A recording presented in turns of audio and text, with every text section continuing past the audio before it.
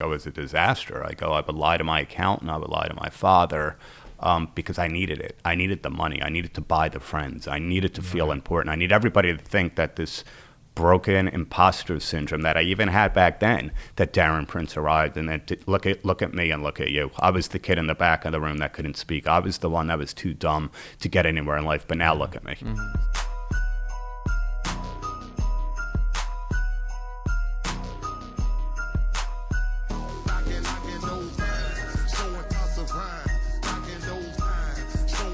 Okay, right. That's it. I got a couple. Can't even say. You guys have a few more. I got a couple. But the whole idea was there was a story behind when and why I got them when I wasn't exactly in my right mindset. Sure, so when they reached out, the guys like, this is an amazing story. Love to interview you, put you on the cover. The only tattoos I've gotten that I don't remember due to being out of my mind were in Hollywood, so go figure, right? You know, next to the Mondrian.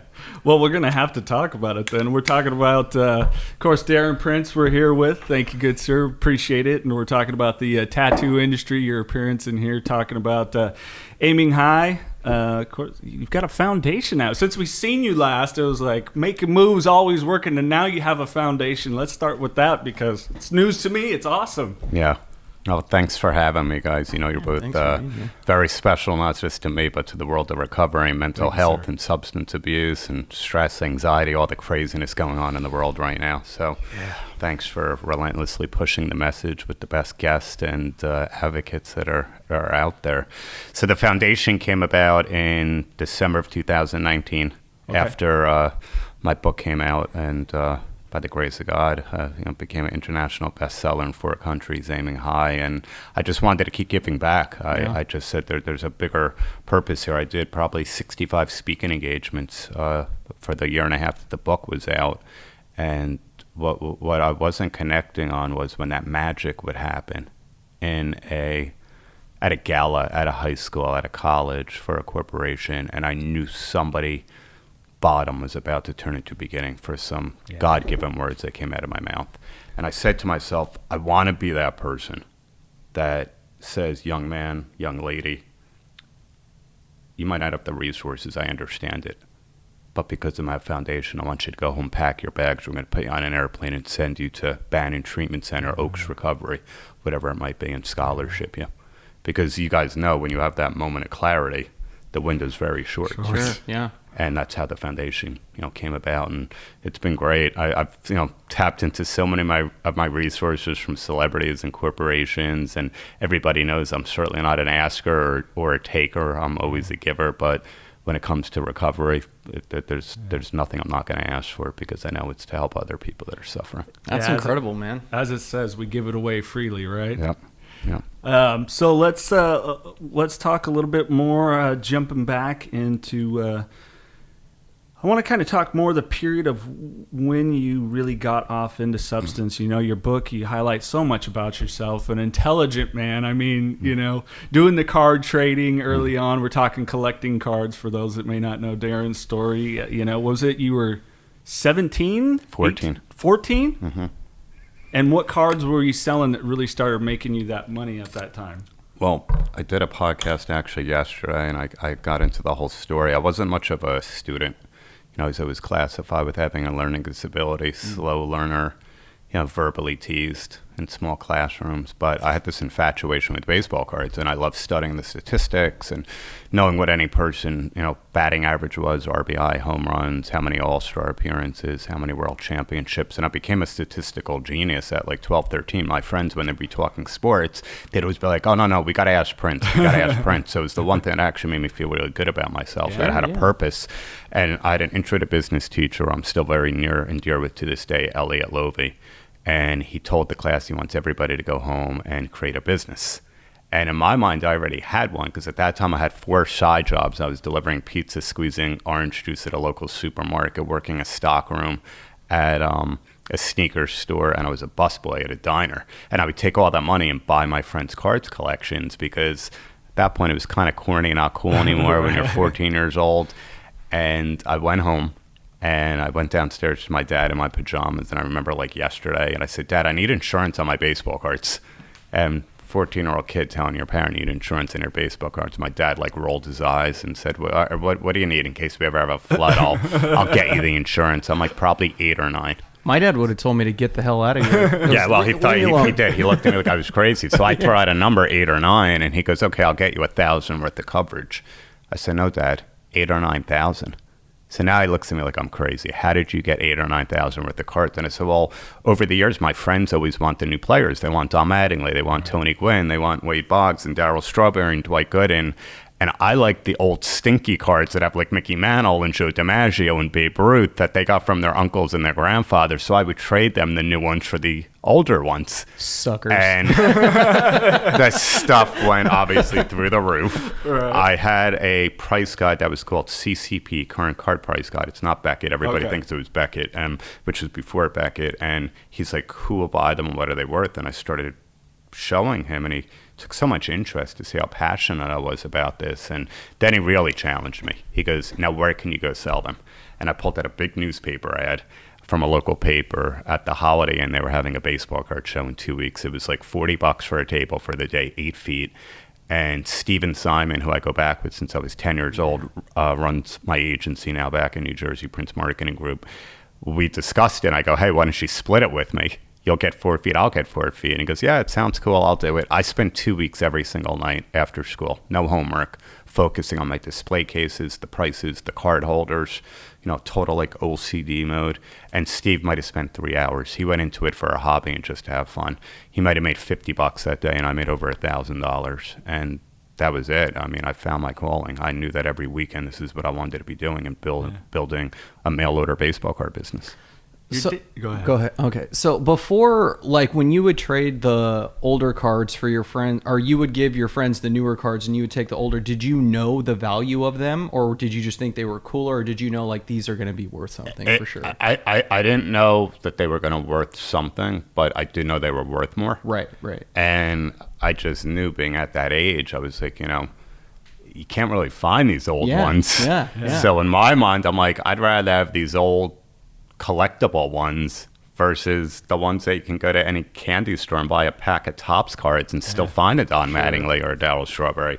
And they were more than happy to give it up because they were probably just given to them. And everybody wanted the hot popular guys. You want the new stuff. Yeah, I get it. It's interesting because you bring that up. I'm dyslexic, so I know what it was like, that frustration, that I can relate to that so very much. But also having had a mom that sounds kind of like your dad, that is like, okay, there's some crazy things, but I'm going to do it. What were your folks like? Because it's just interesting to me that your dad didn't discount it because he saw how invested you were. Yeah, my dad was my life. He's still, I miss him every single day, multiple times a day. And, he just saw something in me. He was great with my sister, knowing she was more of a student, and he saw something very special when it came to business. And I just immersed myself into being a sponge to all his business knowledge. And my mom supported it because, look, upper middle class Jewish family in suburbia, I started getting notoriety. I did a bit on Sally Jessie Raphael at 16 years old. I was in the New York Times, the Wall Street Journal, Daily News, USA Today. I became like a local celebrity entrepreneur, and, that makes a mother proud. And my sister, the same way, she was just very proud of her brother. I tried going to college for 1 year. I partied my ass off. Finally started hooking up with girls because I finally had interest with that, and had a .86 GPA, but I made over $600,000 my freshman year in college selling cards. Yeah, screw school, man. So You're making it got that much to a money. point where,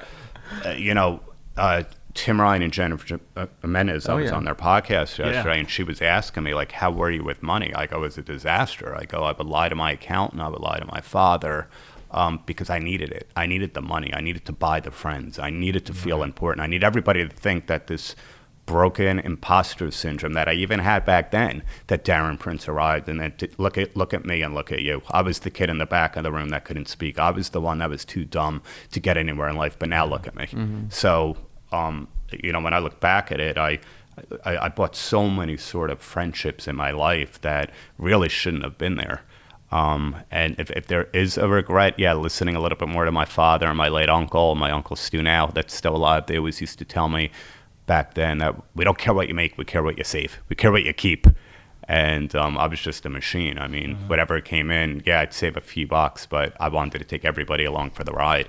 I still maintain a handful of those friends, though, that were real friends, because I did have financial hardship in my mid-20s at a certain point. And I found out who my real friends were that remembered all the things I did when things were great. It's interesting how that comes to pass, especially for so many of us that I know you relate, and then some. The once I went out, stopped drinking, those texts stopped coming, the Facebook likes, the follows, the shares, the supports, the check-ins. The shit just goes away. And at first, you kind of feel, for people that are watching that maybe haven't experienced that or have a loved one that's feeling it, is that at first you're like, oh my God. And then once your ego goes away, you start to find gratitude. And I was like, thanks. You saved me a lot of heartache. No, of course. And, when we look back at it, you don't realize, but it is gratitude when you fast forward to a situation like that. But I remember after that first baseball card show, I was alive, wheeling, dealing, hustling. Everybody was coming to me for information. I was like a walking encyclopedia, the baseball card boom. And when I got back to my room that night in my parents' house, and I'm sitting here with this wad of thousands of dollars in cash, and bought, buy, selling, trading. I got new cards. I felt like a broken piece of crap. I felt like the kid in the back of the room again. I felt like the kid in the small classroom. I even though I wasn't fully active in my addiction, I think that ability to be in the center of a room and getting all the accolades and people coming to me for, advice at such a young age gave me such a feeling of importance, but it wore off when I got back home alone in my own head. And then eventually to supplement that and to fill that void, I became a full-blown drug addict. Yeah, it's interesting you say it. Takes me back to one of our previous guests who's actually my sponsor now. And he said I was reflecting back that he noticed his addictive behavior before he was actually an addict. So when did it start to leave? Was it the college days, the partying? Now you're getting the recognition from girls. You do have a good amount of money coming in despite what the GPA is, but you didn't value that. Right.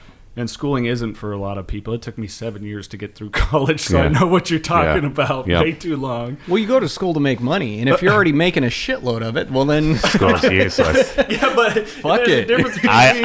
Gary V's a friend of mine. I love a video he posted on Instagram a couple of weeks ago. Fuck you, school. Fuck you, school. That's it. If I had kids right now, I'd be like, don't go to college. Let me give you money to start a business. But for me, it started at sleepaway camp. I talk about it in my book. I was 14. I had terrible stomach pains one night, and I asked the counselor to take me to see the nurse, and she gave me this green liquid in a clear cough syrup cup, and tasted disgusting. But all I remember is 3 minutes later, all those inadequacies, the inferiorities, this skinny little shy, awkward Jewish kid from New Jersey felt on top of the world. I felt like Superman. I got back to the bunk. I'm the cool kid, the talkative one. All the guys are laughing with me, not at me. I got the courage to flirt with girls in the bunk next to me for the first time in my life. And, went to bed that night. I'm not thinking anything of it. I wake up the next day, do all the activities, play soccer, softball, whatever. And that very next night, I'm lying in the bunk with no stomach pains, but I'm staring up at the sky thinking, my God, that feeling was amazing. And what do? I learned to lie and con. In that moment, I keel over. I put on the crocodile tears. The counselor comes running over. You're okay. I said, my stomach is killing me, Mom. We got to go back to the nurse. I did this for 3 straight weeks every single night until my mom and dad came up for visitation day and found out I was taking liquid Demerol. Holy shit. How old were you? 14? 1984. So the giving a kid were there. liquid Demerol. And, back then, the opiates weren't as, every time I speak, there's always mothers in the audience. When I say that, there's the hemming and the hawing, and oh my God. And then during the Q&A, I can't believe this. And I said, don't blame the nurse. It had nothing to do with it, because 3 months later, I had a dentist appointment, and 1 in 3 kids that get opiates now at a dentist become addicts. I was one of the 3. And my mom gave me these 2 pills. I was in pain. And that exact same feeling came back. I'm on the phone calling up all my boys. I'm the brilliant one, the smart one. I got all these great ideas. I'm funny. And I saw there was only 4 pills left, so I put the crocodile tears on for her 2 days later. And I go down holding my cheek. I said, Mom, I got a horrible infection. I need your help. We got to go to the dentist. As a loving mother who wants to see their child suffer, right? So she took me first thing the next morning, and the dentist bought it too, and gave her another 12 pills at the pharmacy of extra strength Vicodin. And from there, I was off to the races because the business was booming. You know, I was making, $250,000 at 14, 15 years old.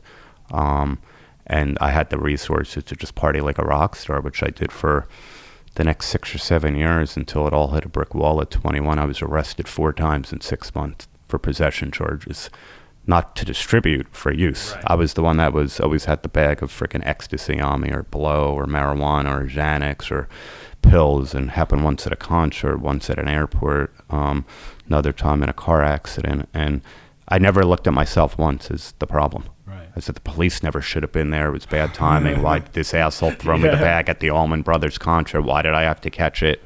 And the judge thought the opposite and put me into an outpatient program for a year. And with 2 days to go, he basically warned me and said, you get in trouble again, and you're going to prison for 6 months. Do you understand me? So now I knew I had to pay attention. And with 2 days to go, my counselor there came in. He goes, I got good news. You're done. You don't need to come back. So in my mind, that resonated as I graduated, because it was long before I got into recovery. So I was like, this is great. So I called up my friend Dave. I said, man, I got the best idea. Pick me up. We're going to go to the city, to Jimmy's Cafe. Let's bang out a bunch of mind eraser shots and get banged up. And on the way in, we took a handful of Xanax. Long and short, our minds were erased. He fell asleep behind the wheel on Highway 280 in New Jersey. His car went into a ditch. My face went into the windshield. And I wake up in a complete blackout with 90 stitches in my face. Glass everywhere, concussion, split lip, my nose broken. And who are the first 2 people I see? My mom and my dad with tears running down their face, that they can't help their baby boy, that knows nothing about what's going on, that I just had zero accountability 2 days after I left a 1-year outpatient program. Jeez. And so for a full year. And that just goes to show the powerlessness we have over these things, and how much it is so much ingrained into this thing up here until we change it and deal with it. Yeah. I mean, we all have the horror stories and the worst stories. It's, to me, the best part is, though, we've all been able to turn our bottom into a new beginning. Yeah. True. And I really have no regrets. I think my whole life worked out the exact way it was meant to work out. I think really so. do. And, recovery and having the responsibility and accountability now as a advocate around the world. I say this often. I said it on Jay Shetty's interview when I was with him about a month ago, that, I don't even care about the money anymore, man, and the business. I care about it so I can help people. Yeah. I care about it so I can employ the 9 people that mean so much to me in New York, New Jersey, and LA, and I could take care of my mom and my sister. But when you truly find you on the inside, when you find peace and happiness and serenity every single day and can live life like lasagna, that's the way I look at it. It's the greatest thing in the world. I'll figure life out. Something else will come my way. I'll look back and say, God, thank you for the amazing run we had. Yeah. Thank my clients, the incredible relationships. Every one of them are basically family at this point. That's what people need to understand. Yeah, it's great to have success, but you got to work on loving yourself on the inside for that external success to mean anything. Yeah. So if I lose this, I don't have a big, beautiful penthouse in Brentwood anymore. I'll move into a little studio on a couch, or my boy Craig is here. I'll live with him. I just found a pace of peace that's just unexplainable. Where you are now may not be where you came from. The choices you make today may spiral out of control or spin you in the right direction. Discover a riveting, true story of how Carlos Vieira nearly destroyed his life and lived to tell about it. Stand up, stand firm, believe, make it happen, and live through the madness. Knockin Doorz Down along the way. And don't miss others telling their powerful stories on our podcast. Visit kddmediacompany.com.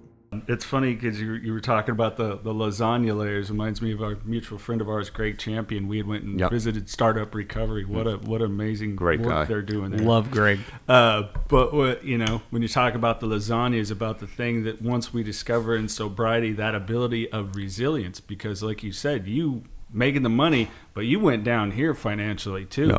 Yep. Now, what were some of the people? Because you welcome us into your place here. We got the pictures of I mean, guys I've grown up loving, Hulk Hogan, you got Muhammad Ali, and Kobe. my all-time favorite, Magic Johnson. Yeah. And people that know that you work with Magic, that he's... Oh, it's a puppy. Got Darren's beautiful dog here. It's not just someone you work with, but he's been a mentor. Big time. Would you talk about that relationship a little bit? Because there's some significant things that Magic has been, I like to call him Irvin by his real name, just one of the biggest professional and personal blessings in my life. We started working together in 1993. I was booking autograph signings for him. And as I talk about in my book, I was buying and selling memorabilia, and I made a mistake trusting a source that cost me everything, put me in tremendous debt. There was a big investigation. I was cleared by the FBI of doing anything wrong, but I realized that I'd probably be good in the mob because I didn't rat a guy out. And in the Jewish mob, nothing, and you told him nothing. And they needed to charge him with something, so they charged him with a felony charge of making a false statement to the FBI. And I lost everything. I was virtually almost $1 million in debt. I sent out refund letters to all our customers to offer refunds. Half the people took it. Other half of the people thought the product looked so great they didn't care. And I saw Magic and cried my eyes out one day about what was happening. And he goes, "Darren, God tests great men and women. He tested me with HIV, and look at me now. And he's testing you. And you're going to come out stronger and wiser." And I literally had $3,000 left in my name, and I took the last $3,000 and took my father on a fly fishing trip to Alaska. And being an old school Jewish guy, he hated the fact that I spent any money on it, but fishing was our thing, and it was a trip of a lifetime. And we got in an argument about, "You're going, I don't care, we need this trip."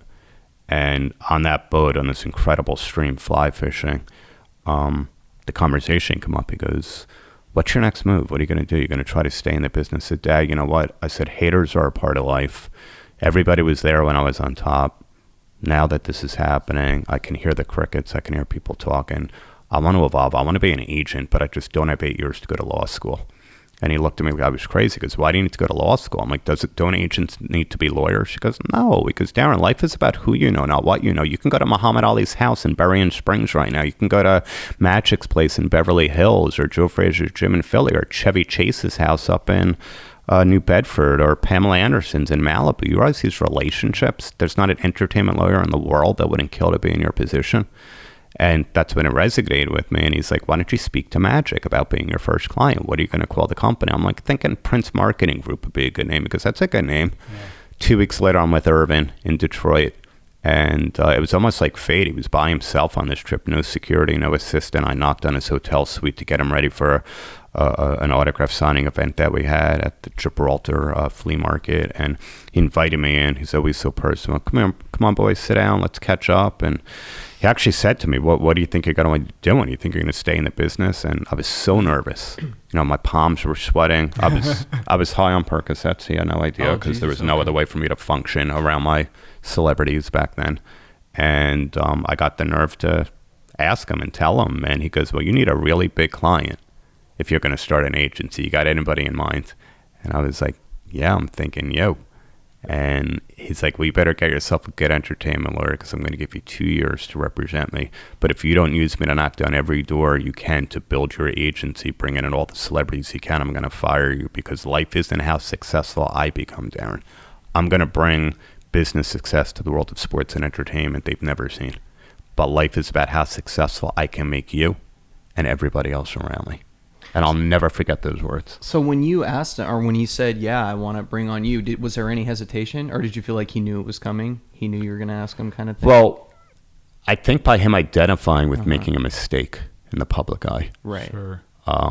That meant everything to him. Yeah. Knowing that I was beaten, a little bit broken, shaken, but knowing the heart that I really had. And spending a few years with me at that point, and most importantly, loving my mom and my dad. They were super close. He'd call my dad on his birthday every year, and he'd be in New York. We'd go for dinner, lunch, whatever it might be. I mean, just, he didn't want to see this happen to his boy. And that was it. I mean, Prince Marketing Group was launched, and I hired one of the best publicists in the world, Art Corey Hay, who was Andy Warhol's publicist. And, all of a sudden I go from being broke, which I was still broke when I started Prince Marketing Group and in debt, to super agent. And New York Post page 6 ran a big caption, super agent Darren Prince of Prince Marketing Group signs Magic Johnson. So I'm beaming. My ego, I'm broken, insecure. I go run over to my parents' house to show my dad, Dad, it's the main story on page 6. He goes, sit down, son. Let me talk to you. They're not calling you super agent because you're anybody special. Remember that. They're calling you that because magic is special. Mm-hmm. And I was like, wow.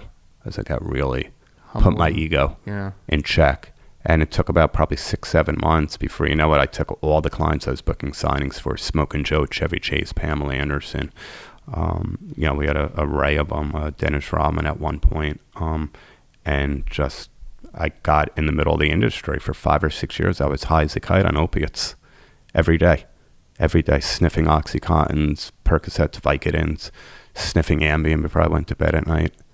And I was a rock star. But I'm very careful when I speak to high school kids so they don't get the wrong message. Because at one point, what was once living to use turned out to using to live. Mm-hmm. Right. And I don't know when that happened. But all of a sudden, those pills became my kryptonite. Right. And I couldn't capture the magic anymore. Just stop. And I was suicidal. Moment. Yep. I was suicidal. I was lost. I had the money. I had the notoriety.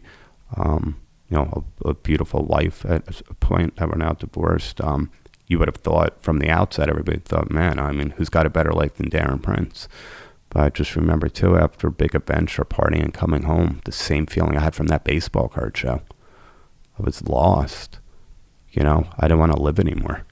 It got to a point where I got my own life insurance policy.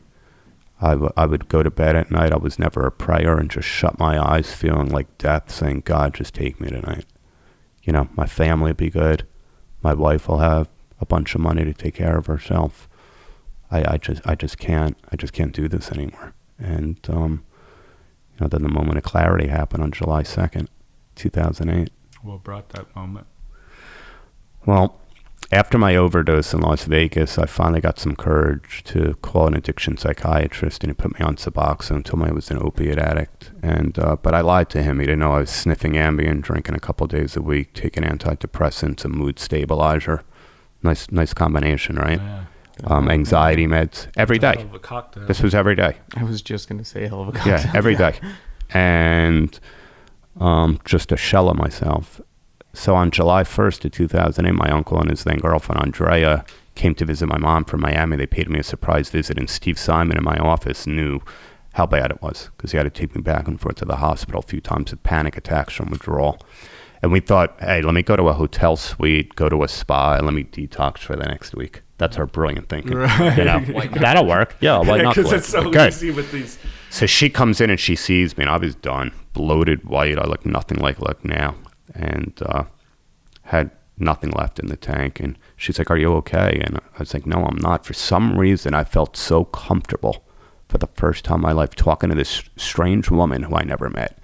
And she's like, what's wrong? And I told her, she goes, do you realize you're an addict and your life's become unmanageable? I said, absolutely. She goes, do you realize you're powerless? I said, uh-huh. She goes, I'm going to ask you something. This is the most important question. Do you realize that it doesn't matter if you're from Yale or jail or Park Avenue or Park Bench, that addiction doesn't discriminate, that this stuff means nothing when you mean nothing? And that broke my soul, and I started to cry.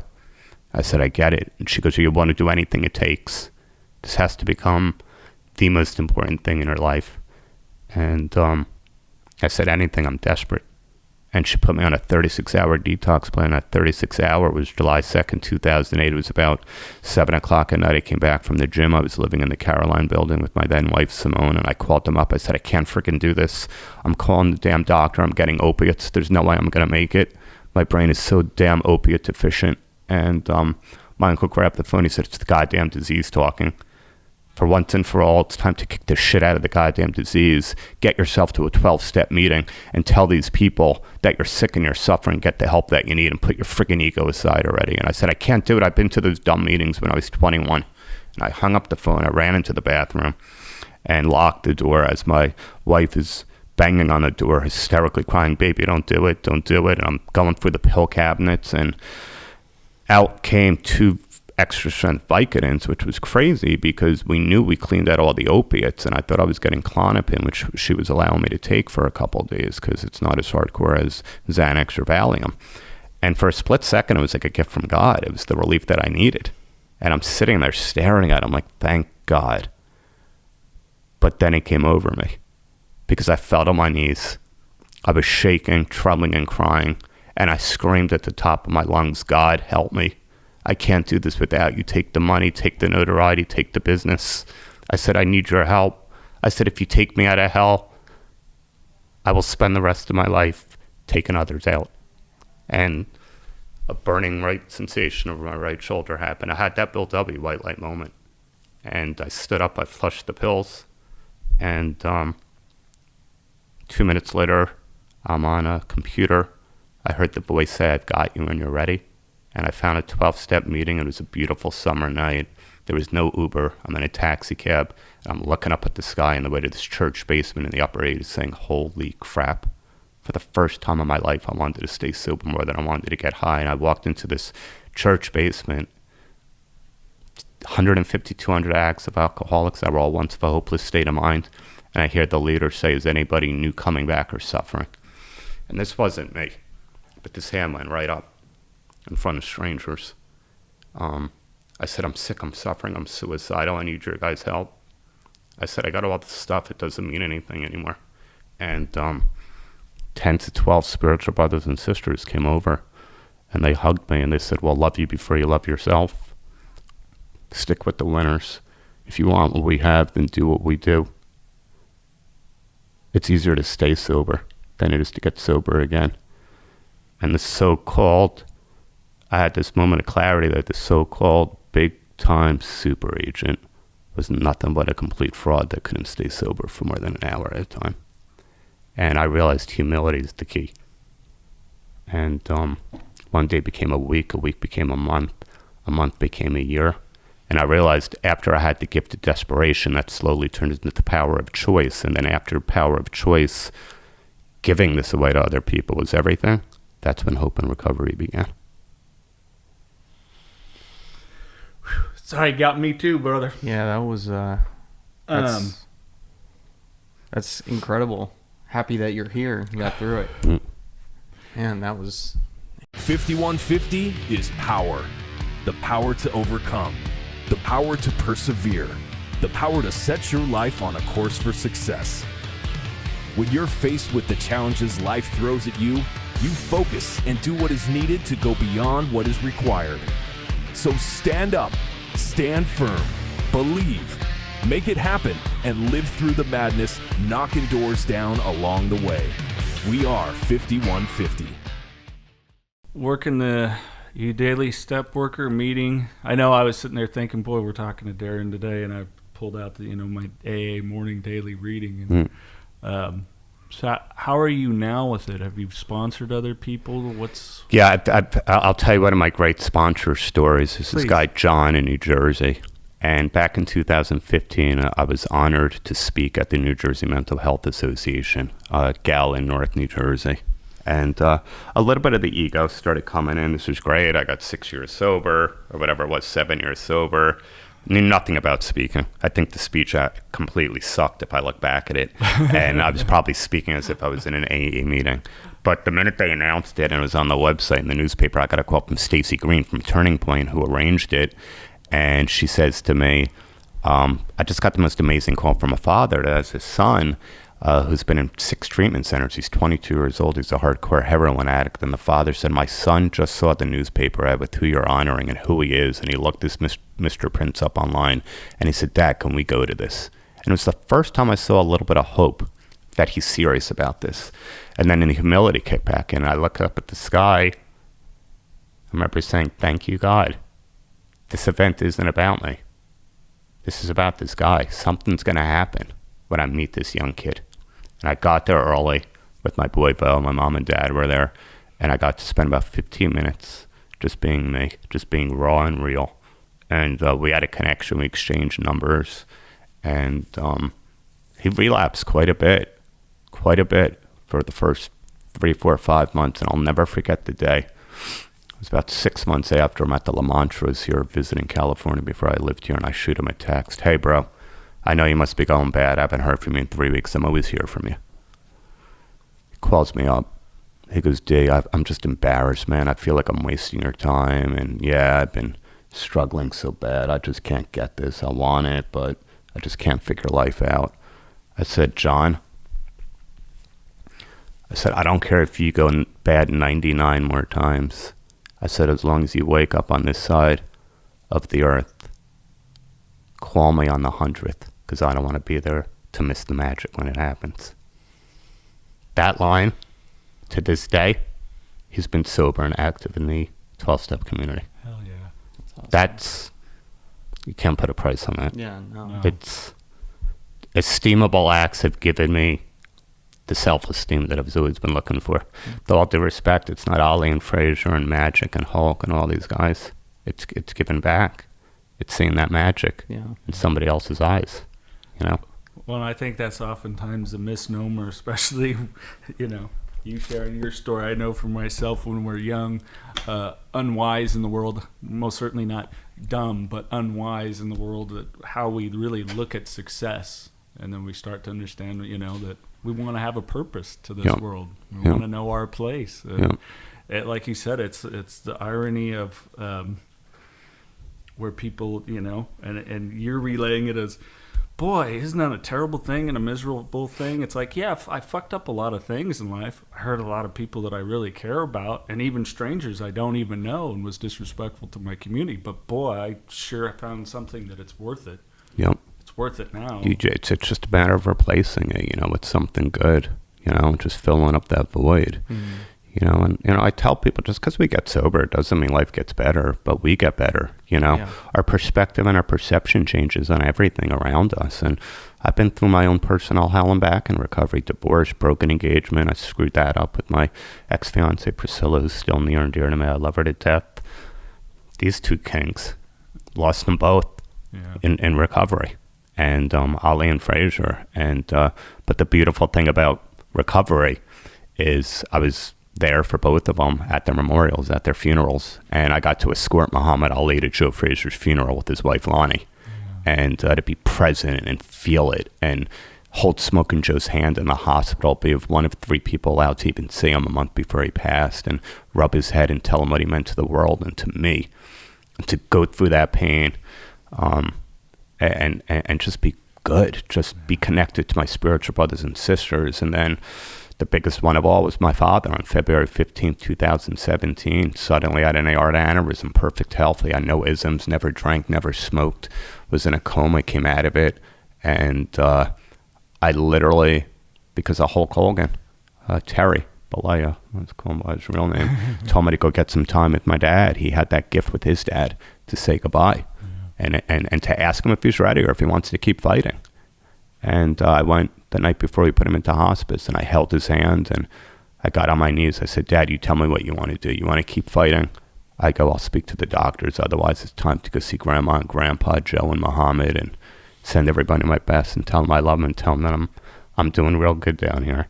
And he looked away and looked back. My dad was not an emotional guy, but tears running down his face. And he said he had a tube in his throat, but I can see what he was saying. I'm ready to die. And I said, it's good. I said, it's all good. It's come as I am with you guys today. And I said, but I'm going to do something. I said, your son is going to make his legacy about touching the world of recovery and mental health. Because I need others to understand you can get through the worst crap in life without picking up a substance and going off the deep end. And I've heard too many stories in the rooms and in the meetings of people that didn't have that blessing when a loved one went and passed and they were high or they were out there. I didn't have that. And I got through the most uncomfortable time of my life, Dad, right now with you. Never feeling so comfortable because my higher power, my spiritual brothers and sisters, and having a rock solid foundation. And I need people to know that you can do this. Yeah. And he smiled. And the next day we called hospice, and I was in Dallas because I had a business meeting. And just those GMCs, I call them God-managed coincidences. I went to a AA meeting I've probably been to more meetings around the world than anybody in the history of the fellowship since 1935. Maui, Honolulu, Tokyo, Japan, London, England, Anguilla, Monaco, Nice, France, Paris. I mean, Sydney, Australia, Brisbane. Most incredible thing in the world when you walk into a meeting in another country and feel right at home. And in Dallas, the name of that clubhouse was The Answer. Literally the day my dad passes, I walk in, I go, The Answer. I just look up at the sky. And the minute I put my hand up and shared what happened, half the room is crying because of exactly what I just said. They either lost a parent or a loved one in recovery. The other half is cheering and tears of joy because they got to experience it on the other side. Love it. Whew. Well, we know we're getting a little low on our time, and before we let you wrap up, leaving a positive I word. want to hear more. I want you I to know. keep going. We can do it again. We need a part 2. We could do it. I had the same thing with Jay Shetty. We need a I part gotta, 2. Oh, Yeah. man. And because I didn't even get to talk to you about that. I love Jay. I just finished his book as well. I did the audio Think book. Like a Monk, right? Yeah, I did an Amazing. audio book version. Hope to be able to speak with that gentleman someday. But as you know, we like to do the fun, rapid questions, or Yep. just random questions. But Mike, go ahead, fire it off here. All right. If you were stranded on an island and you can take with you one album and one movie, what would they be? The album would have to be Grateful Dead. That was probably the quickest answer we've ever gotten. A lot of people, but you were just on it. You knew. Yeah, probably Grateful Dead. Okay. Maybe Without a Net. There's so many. I've been to 100 shows. And then, what was the other one? A movie? A movie, yeah. Probably one of the ones that always make me laugh, like Step Brothers or Wedding Crashers. You can never go wrong with those. You can never go wrong. I would have never picked you for a deadhead. Nobody would. Big time Deadhead. Yeah. Big time. That's awesome. Yeah. If they were to make a movie about you, who would you want to play you in your biopic? That's interesting because I've had quite a few production companies come to me since the book came out about a documentary or a movie. I don't think a movie would work. I'm going to tell you why. Not to change your question, but only because of the clients. I think it's so hard to match up. I think a documentary, which was the last meeting that I had, would be the way to go. But, I mean, if there's a celebrity out there that may or may not look like me, or people have told me, when I shave my head, maybe a Jason Statham, Kirk Cameron. You know, I think growing up, Kirk Cameron might be able to work. But I don't think I'm... I would love to see Statham do. That's right, I'm Darren Prince. Yeah, You know? yeah. Well, I mean, Hemsworth's going to play Hulk, so there you go. There can you go. slot him in. Yeah, You know? there you go. If you can go back in time or in the future, where would you choose to go and why? Go as far ahead as you want, far back as you want. This is going to be a little bit of a long-winded answer. I know we're pressed on time, but I also do a lot of mindset work. My buddy John Alvino is a master NLP life coach, and he's put me into some very deep healing subconscious trance sessions. And even before I did Jay, I always make sure with you guys too, a lot of praying this morning. I got to get that energy back. I got to make it real. I got to bring the emotions. And he took me to a therapy session when I was 8 years old. With my family therapist, and this was recently, a month ago. And I sat there with my 8-year-old self, and I told him life was going to be okay because he didn't speak up. I could see the future. Mm-hmm. And, you know, I think we all have the inner child stuck in us with so many ways we behave now. So that's why I'd rather go in the past and work on that person than the future. Yeah, no, absolutely. No, it's funny because I got people that give me shit, Darren, because I started... forget who it was, bought me my first Lego gift card because I loved Legos as a kid, especially Star Wars. Yeah. That's the shit I do now as an adult, and I've had a few people make fun of me. But it's probably me, sorry.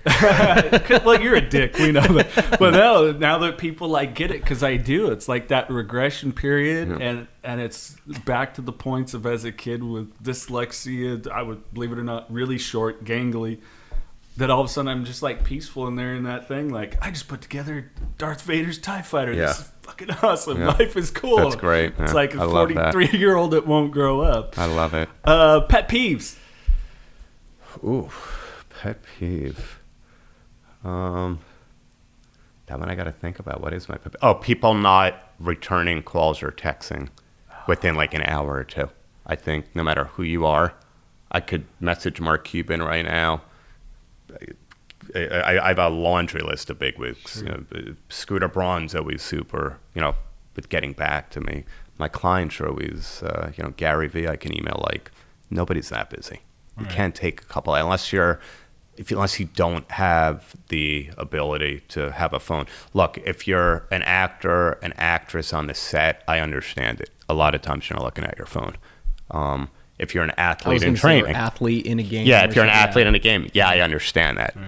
But if it's a Saturday afternoon or a Sunday or something where pretty much everybody likes to have their downtime or be caught up on, come on, or like a Monday night when you know somebody's not working, you send a quick, it drives me crazy. I'm always accessible within like an hour or two. I know a lot of it's OCD and the connection to my phone, but I just can't deal with people that will sometimes take, I can't, if I had any clients like that, I wouldn't be able to work with them, corporate or celebrities. Drives me crazy. Yeah, because I'm assuming everything deals come and go quick. It's got to be quick. I was telling you on the way over here, I was getting so frustrated with my primary doctor. She just never gets back to me, ever. And I'm like, how do I get a hold of and talk to Charlie Sheen twice, but you never? 100%. My own doctor. But I talked to Charlie twice, but I can't talk to you at all. That's my line. Like when people take a day or two, I'm like, oh, I'm sorry. I can message Mark Cuban right now. He's going to get back to me in 20, 30 minutes every single time. Yeah. Mark's a great guy. I got to interview him years ago. He was a blast to talk to. Give me a great testimony for my book. He's a great guy. Yeah. Mike, one more, then we're going to leave Darren with the last words. Oh, I was going to say, give us pearls of wisdom or last words, so that threw me off. I got to think of another question. If you could have any superpower in the world, what would it be? I mean, you kind of already do healing people. I think I have it, man. And just get these spiritual messages out there. I always like to say, it says in my bedroom, the big neon sign, try to say what you mean what you say, and don't say it mean. Yeah. Try to understand people better. Try to not engage. Because a lot of times we're going to open up our big fat mouth and not have that restraint of pen and tongue or text. If you don't say anything, you just go on with your day, you're not even going to remember what it was that you were stressed out about. Mm-hmm. And then we're not responsible for our thoughts, but we are responsible for how long we want to think those thoughts. And for people struggling out there today with mental health and substance abuse, just get out of your own way and be a service. Help somebody else. Pick up the phone for somebody else that is suffering or struggling or dealing with some drama in their life that you're able to deal with to calm them off the edge, because that's how we grow. That's how we evolve. Just being of service. Absolutely. Yeah. And then I also got to give a shout out to Allison, our girl from Banyan. Yes. Oh, love her to death. All shout out Allison. Thank you, Allison. You are great. Which one are we for always working so hard. I do have my own toll-free call center number at Banyan for people that need to be scholarship. Their help, it's 8886-DARREN, DARREN. And my foundation is aiminghighfoundation.org. If you don't have the resources, I don't care. You inbox there or at agent_DP on Instagram. We send out free books all the time. Anybody needs, somebody to speak to, or like I said, to be scholarship to a treatment center, I'll be more than happy to provide the financing to do it. Absolutely. Awesome. And if you are watching this on YouTube or listening, we have all those links in the descriptions. And, if for whatever reason you can't seem to connect with it, we'll get you connected. Yep. We'll help you out. Well, I wish we had like 2 more hours. I know, we got to get our girl Denise in here. Yeah, we got to rock and roll with that. Thank you for being so vulnerable and transparent. Thanks for having me, guys. We'll do it again when you want. Absolutely. All right. Absolutely. Awesome.